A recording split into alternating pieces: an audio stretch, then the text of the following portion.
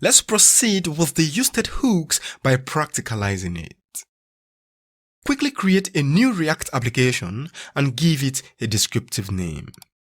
For example, you may decide to call it Hooks Practice. At my end, I have it created already. So, let's continue.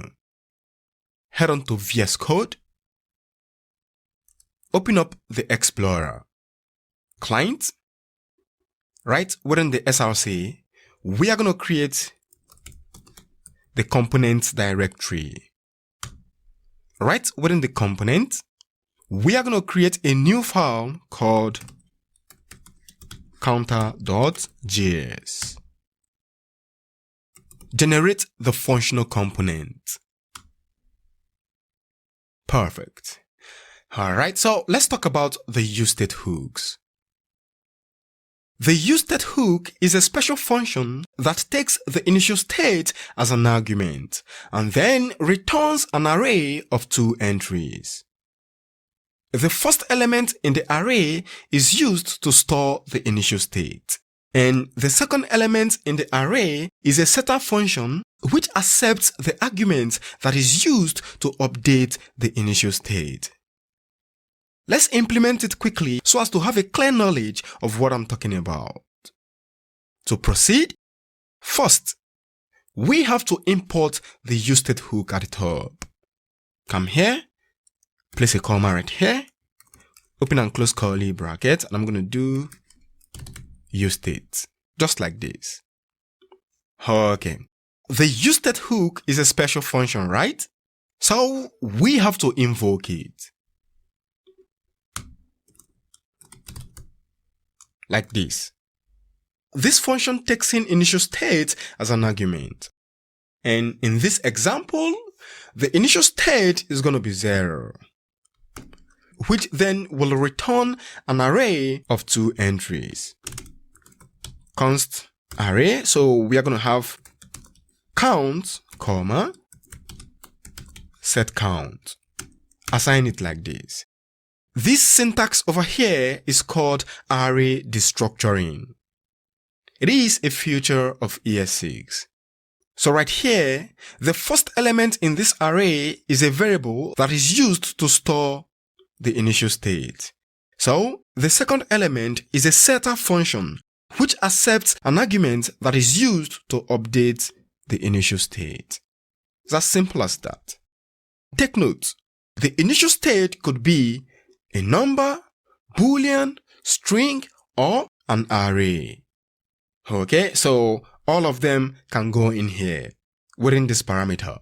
Let's quickly display the count on the browser. So right within the JSS, let's use a h1 tag to display the count. Open and close curly bracket, and then we are going to reference the initial state, which is the count that holds this guy. It's as simple as that. Save. Make sure to run your application on the terminal. So before we proceed to the browser, we have to render this component in the app.js. So right here, we have to select from the opening header tag to the closing header tag. And right at the top, we are going to import counts from ./component/count. So let's render count over here. It's as simple as that. And again, make sure to run the application, save, on the browser, and boom. Can you see? Here is the initial state of the counter application.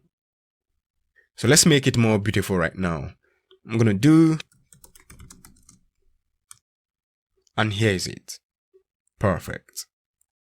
So the intention of this lecture is to change the initial state of our counter application when the button is clicked.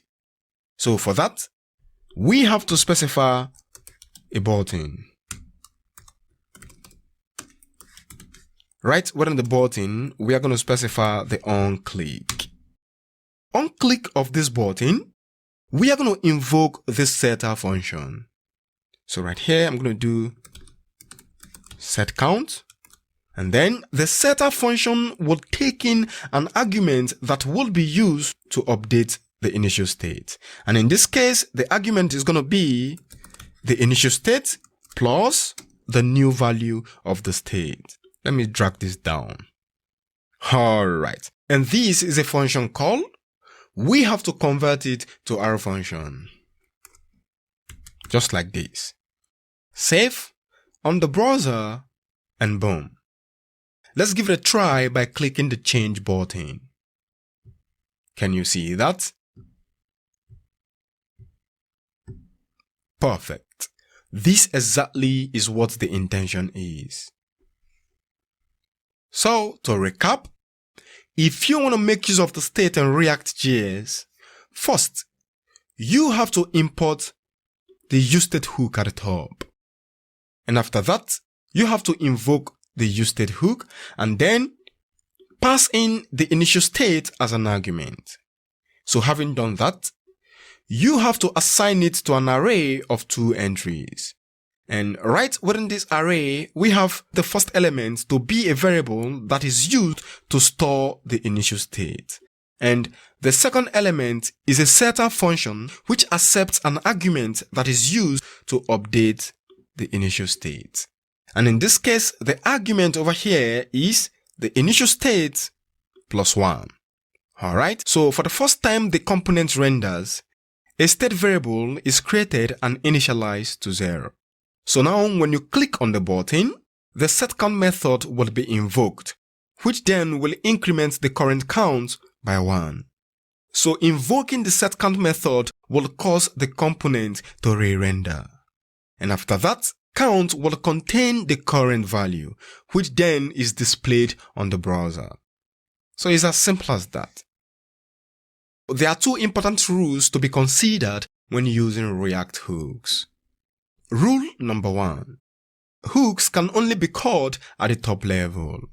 So do not call hooks inside of a loop, condition, or nested functions. Rule number 2. Hooks can only be called inside the React function. This is all for now and see you in the next lecture. Stay focused and always take care.